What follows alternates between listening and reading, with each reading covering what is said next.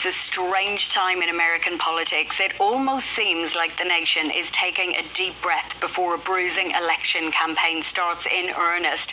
But what wildcards could shake up the race to the White House? Well, who better to us than our very own American in Oz, Sarah James. Sarah, good morning to you. Good morning. Could I start with a question about Donald Trump and his comments about abortion? I think it was like a 4-minute video that he put out. We've seen so many kind of changes to his language over the years, and people are trying to work out what this actually means for the debate.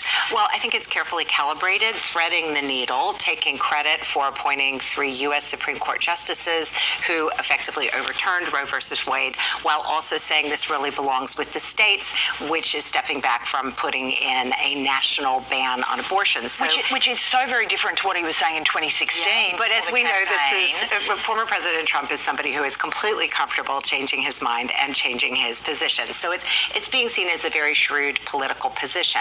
That said, in the ABCs of politics in the United States right now, A is for abortion and A is for Arizona, because there is a brand new ban from that state by their state Supreme Court, rolling back the clock to 1864, and a law that bans abortion for women there except when the life of the mother is in danger.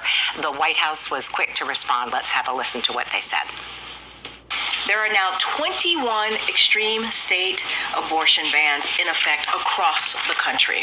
1/3 of all women of reproductive age now live in a state with an abortion ban.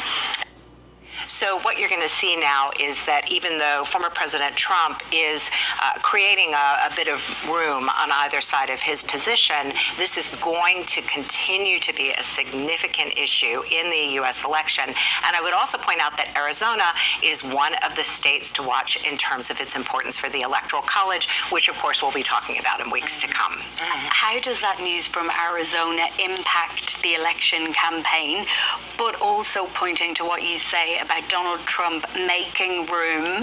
He's been really clear about it's all about winning elections. Oh, absolutely. I mean, this is the thing. This is going to be a hard-fought election, and abortion is one of the issues, and both sides have staked out their positions on that. The Democrats are absolutely going to put a lot of momentum on this, but the Democrats also have things that they need to worry about. So in the ABCs, I'm going to give the B to Bibi.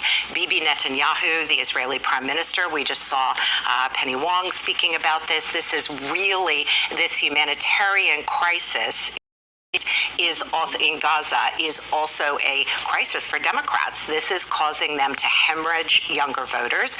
Recent polls in the United States show that 61% of younger voters in the United States disapprove of the way President Biden is handling the office, and a lot of that is around this. So we're going to see, it's interesting because we always talk about in the United States, it's the economy, stupid.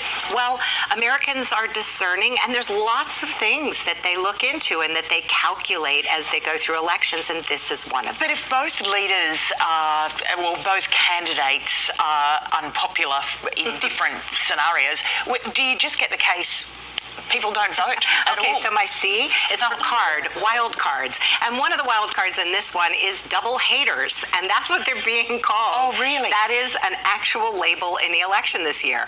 There are many Americans who really cannot stand either candidate. So to your point, which is very shrewd, what are they going to do? Are they going to hold their nose and choose the lesser of two evils? And we've had this movie before. Or are they going to just stay home? And young voters, we know, don't vote as much as older voters, so how will that affect things? So that's one of the wild cards we're watching.